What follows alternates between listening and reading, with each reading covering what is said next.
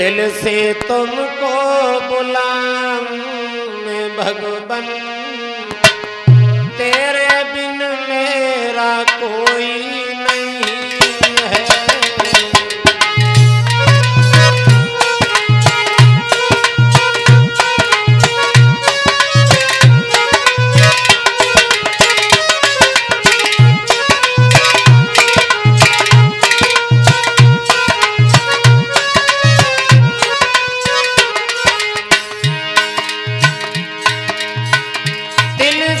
तुमको बुलाऊं मैं भगवन, तेरे बिन मेरा कोई नहीं है, नहीं है तेरे बिन मेरा।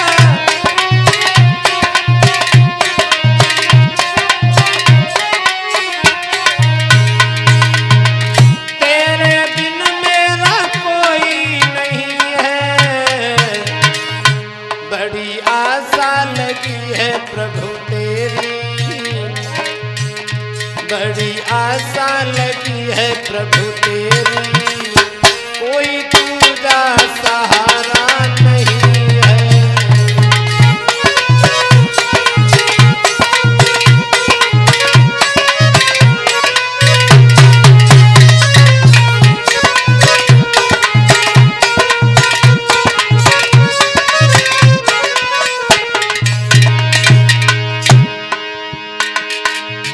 जब लखाया मनी वो दुखी द्रौपदी,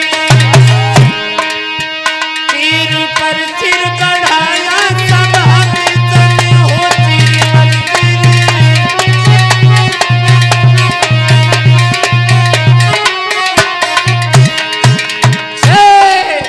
तीर पर चिर बढ़ाया सभा में तन, जिसकी साड़ी खिंचाई गई, जिसकी साड़ी खिंचाई गई थी वहाँ, उसका कोई किनारा नहीं है।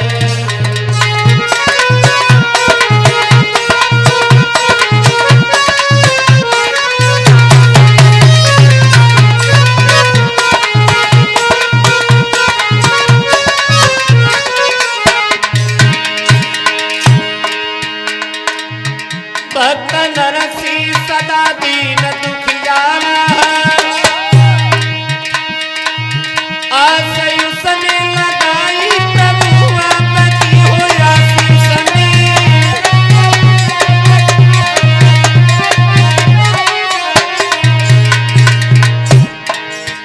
आस उसने लगाई प्रभु आपकी, कटे संकट सभी बेटी रामा के घर, कटे संकट सभी बेटी रामा के घर, किसी आफत ने घेरा नहीं है।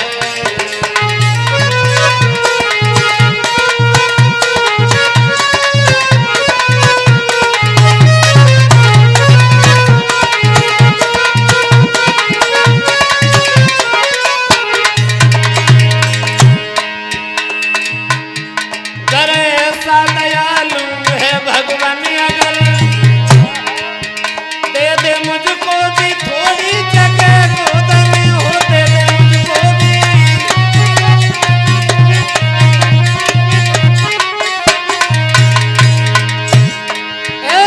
दे दे मुझको भी थोड़ी जगह गोद में, दास तेरा है मेरा रहेगा, भक्त तेरा है मेरा रहेगा, तेरे बिन मेरा कोई नहीं है।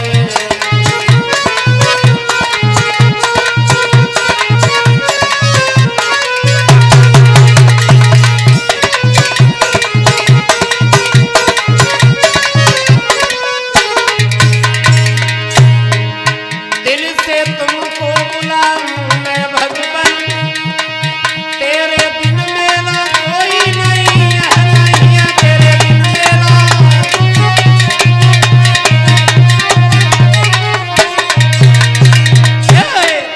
तेरे बिन मेरा कोई नहीं है, बड़ी आशा लगी है प्रभु तेरी, बड़ी आशा लगी है प्रभु तेरी, कोई दूजा सहारा नहीं है।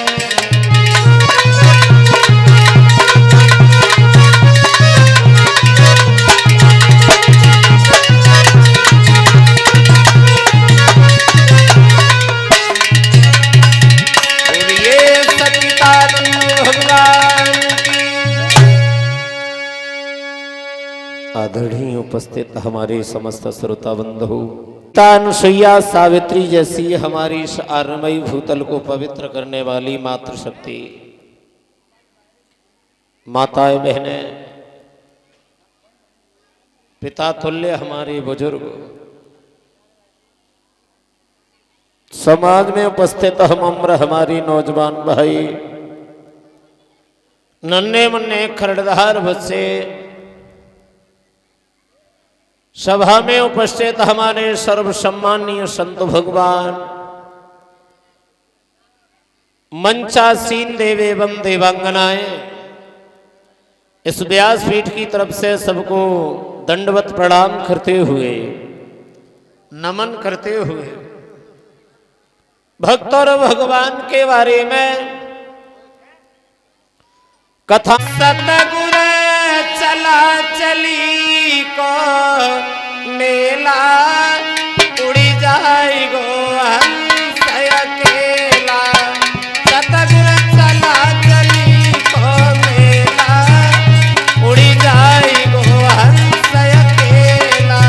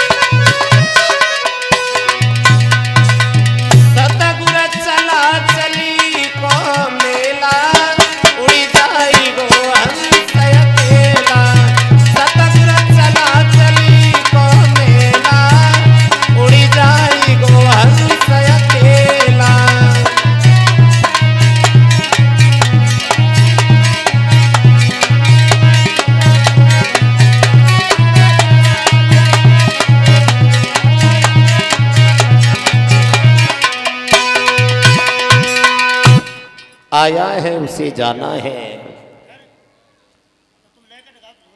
भक्त और भगवान के बारे में सूत जी महाराज सोनिकात ऋषियों को भगवान की रसमयी कथाओं का रसास्वादन कराते हुए समझाते हैं।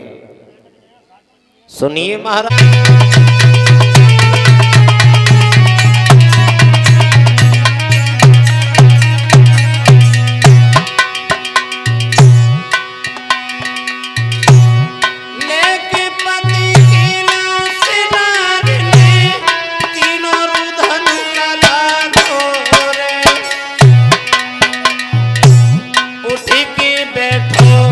पिया हमारे निकम हरि दीजे ओंकारो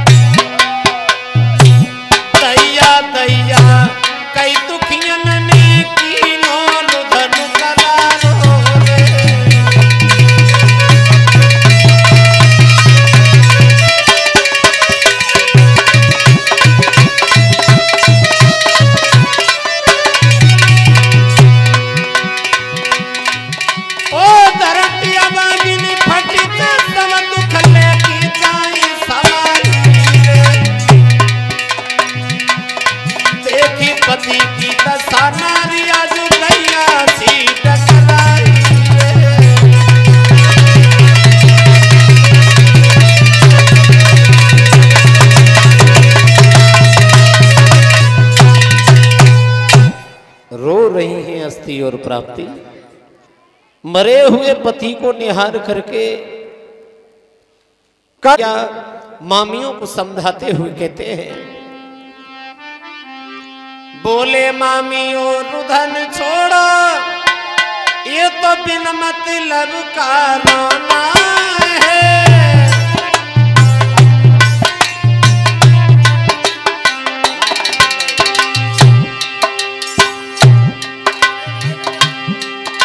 बोले मामियों रुधन छोड़ो, ये तो बिन मतलब का रोना है। तुमको ये मालूम नहीं ये हाल सभी का होना है।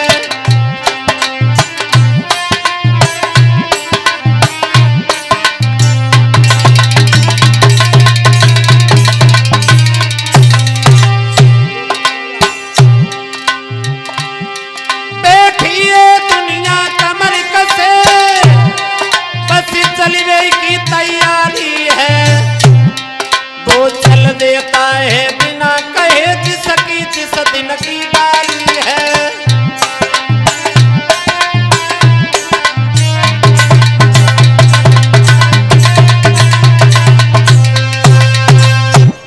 भगवान कन्हैया अस्थि और प्राप्ति को धैर्य बंधाते हुए कहते हैं, मामियों जिस दिन जिस इंसान का समय आ जाएगा उसे उसी दिन संसार को छोड़ करके जाना पड़ेगा।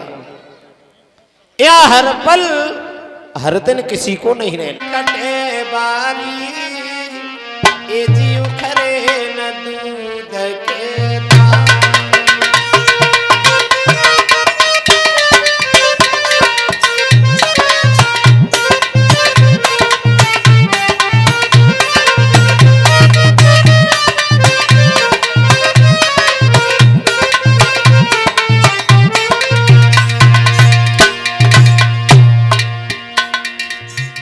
जवानी में तुमने हमें जो रढ़ापा भोगने को दिया है, मेरे साथ अच्छा नहीं किया प्रभु आपने।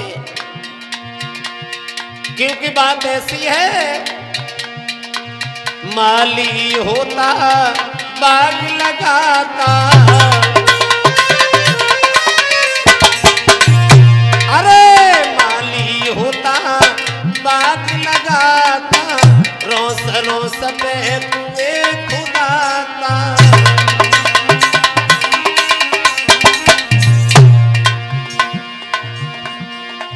सारी घड़ी में रो मन मिलमाता, तोले चलो रो माली, भाई करे न सकेता।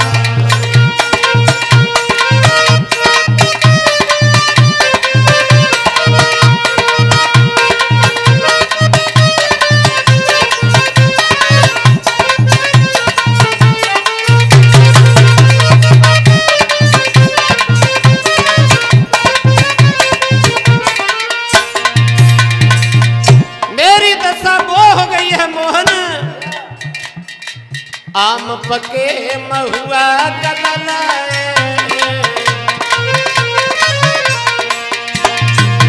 अरे आम पके महुआ गदलाए, कच्चे नींबुआ रस भरी आए।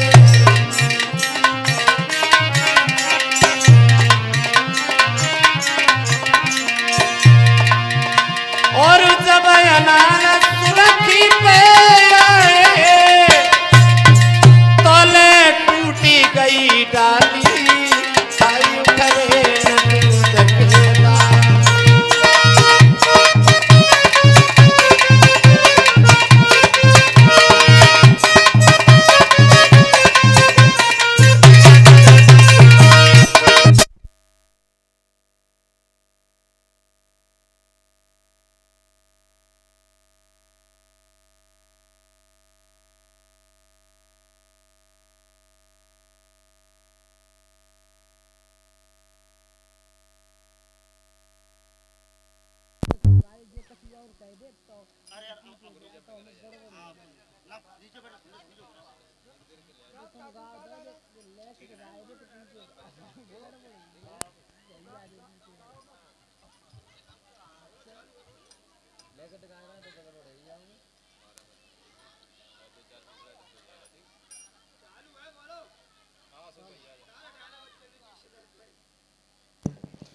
भगवान कन्हैया को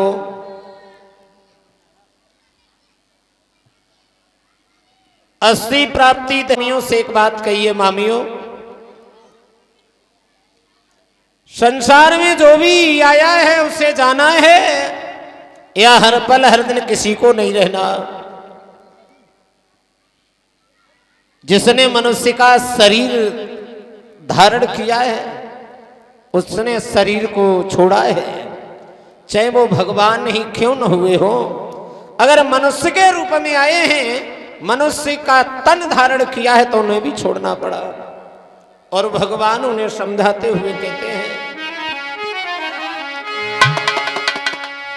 अरे जिन पे करत पखेरु छाय, बेउना अमर भय दुनिया में।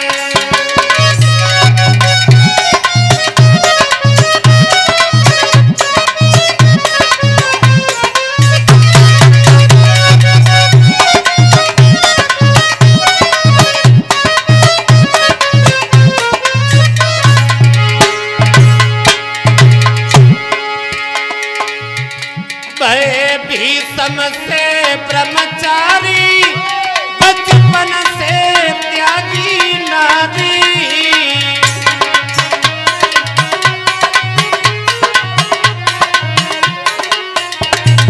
अरे भय भीषम से ब्रह्मचारी, बचपन से त्यागी नारी।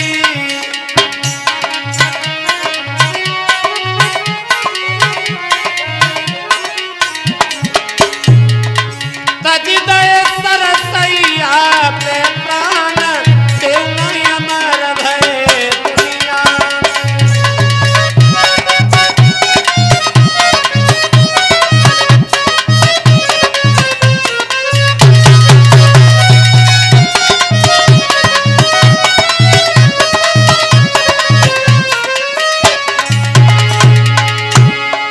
अरे भय करण वीर बलधारी, हरि करी प्रशंसा भारी।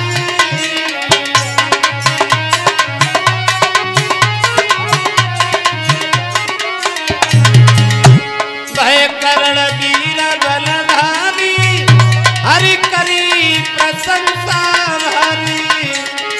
तजिदय उन्नति अभिमान, देउना अमर भय दुनिया में।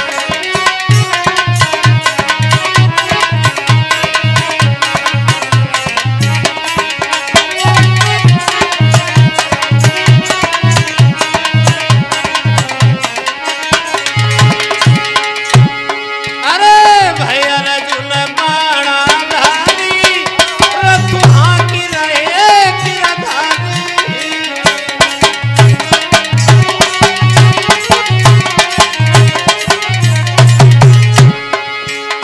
भय अर्जुन बाणा धारी, रथ हांकी रहे गिरधारी। मारे शब्द शब्द पे बाण, देउना अमर भय दुनिया में।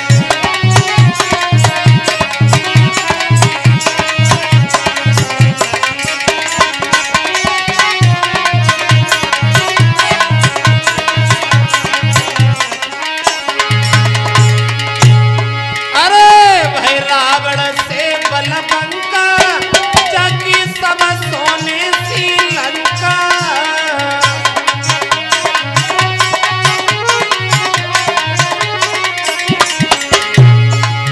भय रावण से बलबंका, जाकी सब सोने सी लंका। कर दय देवन के अपमान, देउना अमर भय दुनिया में।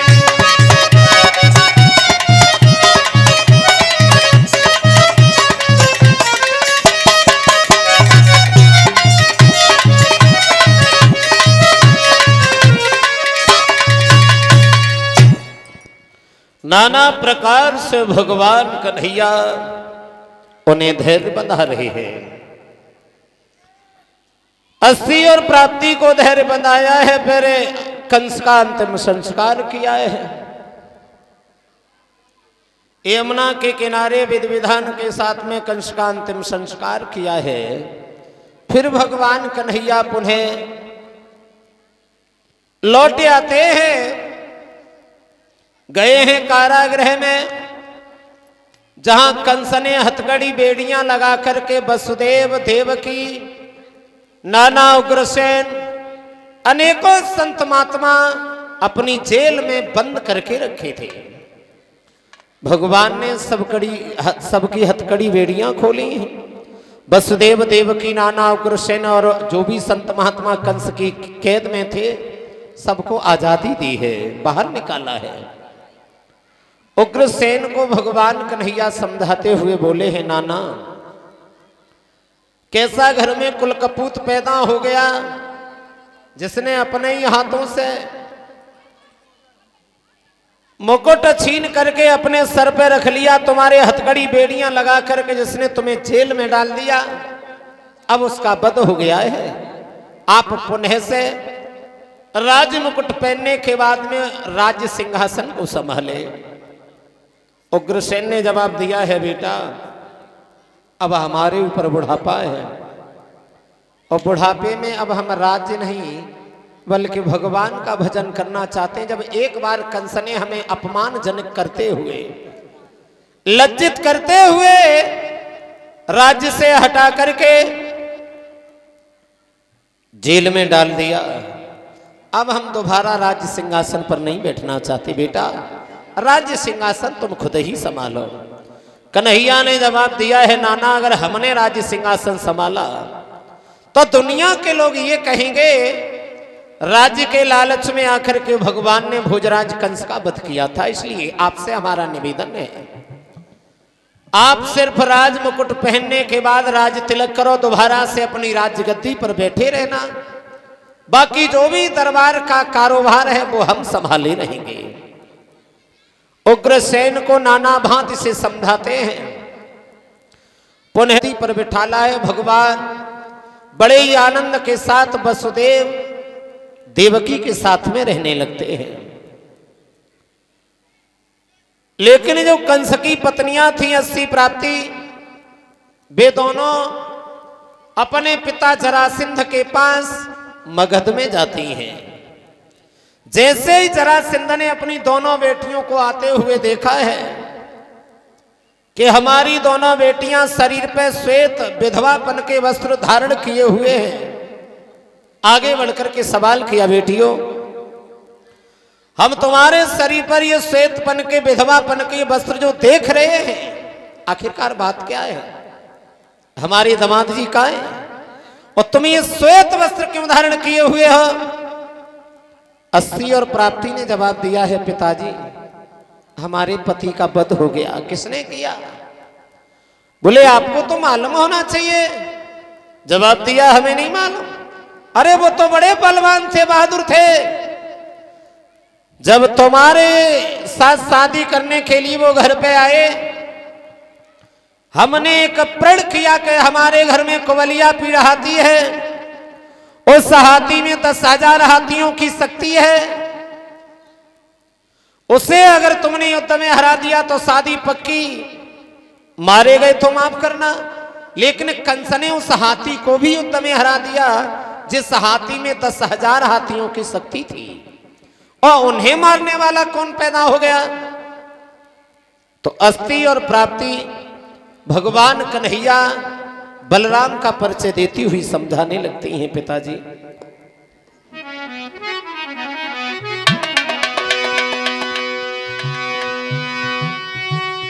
आप तो जानते ही होंगे और गोकुल में नंद कहाता है, सीधा साधा बोला भला, अरे गैयन से गुजर चलाता है, सीधा साधा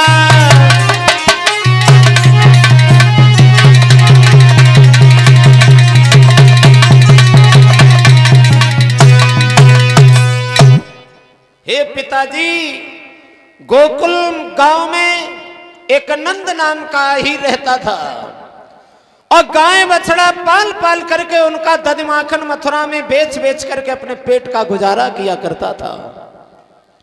और दध माखन मथुरा में बेच बेच करके उसने अपने पास में थोड़ा सा धन क्या इकट्ठा कर लिया, गोकुल गांव को ही छोड़ दिया। मतलब बोले सुनो, वो छोड़ गया है गोकुल को, बल सब मौजाया बात किया।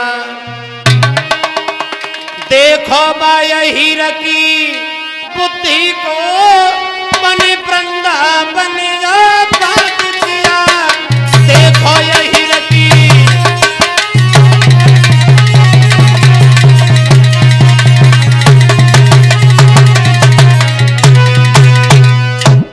गोकुल गांव को छोड़ करके आजकल उसने एक नया गांव बसा लिया है जिसे वृंदावन कहते हैं पिताजी। और उन्हीं नंद नाम के अहीर के 2 बच्चा हैं, बस उसी नंद के 2 छोरे, बलराम श्याम कहलाते हैं।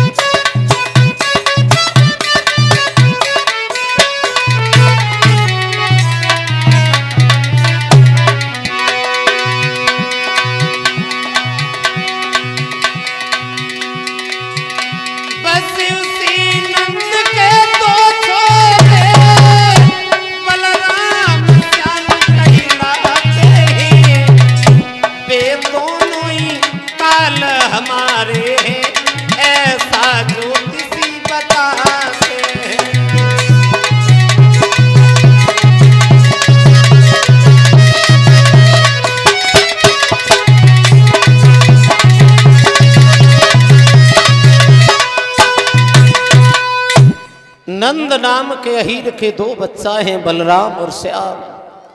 ज्योतिषियों का कहना है उन्होंने ही हमारे पति का वध किया, वो हमारे काम ने मेरे दामाद का वध किया है। तो जवाब दिया है घबराओ नहीं, हम उनसे युद्ध करेंगे। और उन्होंने हमारे दामाद को मारा है ना, तो दामाद के बदले में हम एक को ही नहीं बल्कि दोनों को ही मारेंगे, घबराओ नहीं। फौज को आदेश दिया है सेना तैयार की जाए, हम मथुरा पे चढ़ाई करेंगे। तो जरासंध की फौज जरासंध का आदेश पाकर के तैयार होने लगी है। खबर पाते ही पाते जब फौज तैयार होने लगी भक्तों,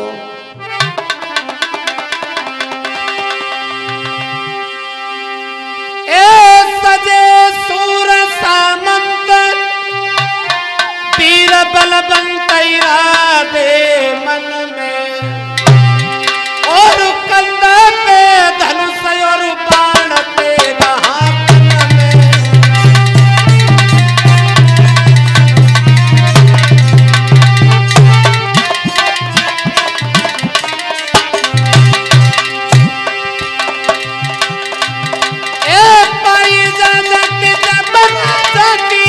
छतरी फेर के भय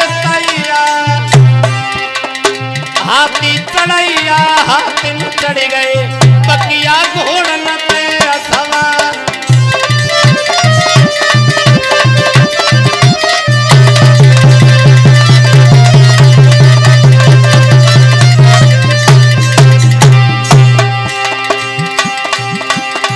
और हाथी चढ़ैया हाथी में चढ़ गए बकिया घोड़न पे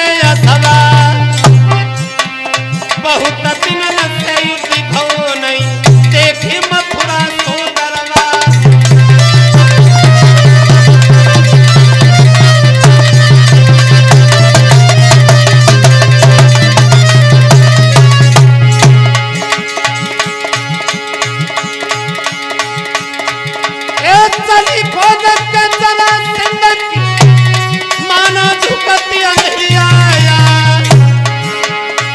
अरे नगरी नगरन भजियर पर गई कसवा शहर गए पहला।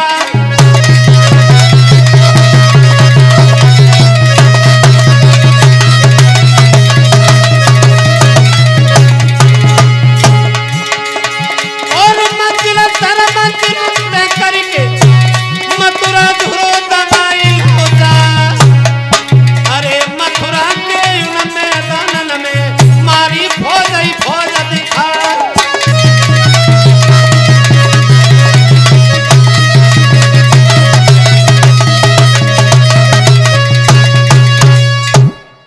तेईस छोड़ी सेना के साथ जरासंध ने चारों तरफ से मथुरा को घेर लिया। जब मथुरा में आकर के भगवान कन्हैया और बलराम को ललकारने लगता है, दोनों भाइयों ने देखा है कि जरासंध हमसे युद्ध करने को आया है। युद्ध क्षेत्र में आए हैं दोनों भाई। बलराम ने जवाब दिया है, श्याम तुम्हें लड़ने की कोई आवश्यकता नहीं है, क्योंकि ये फौज हमारे लिए ज्यादा नहीं है। अब बलराम के जो हथियार थे, हल और मूसल दोनों को हाथ में उठाया, कूद पड़े फौज के बीच में।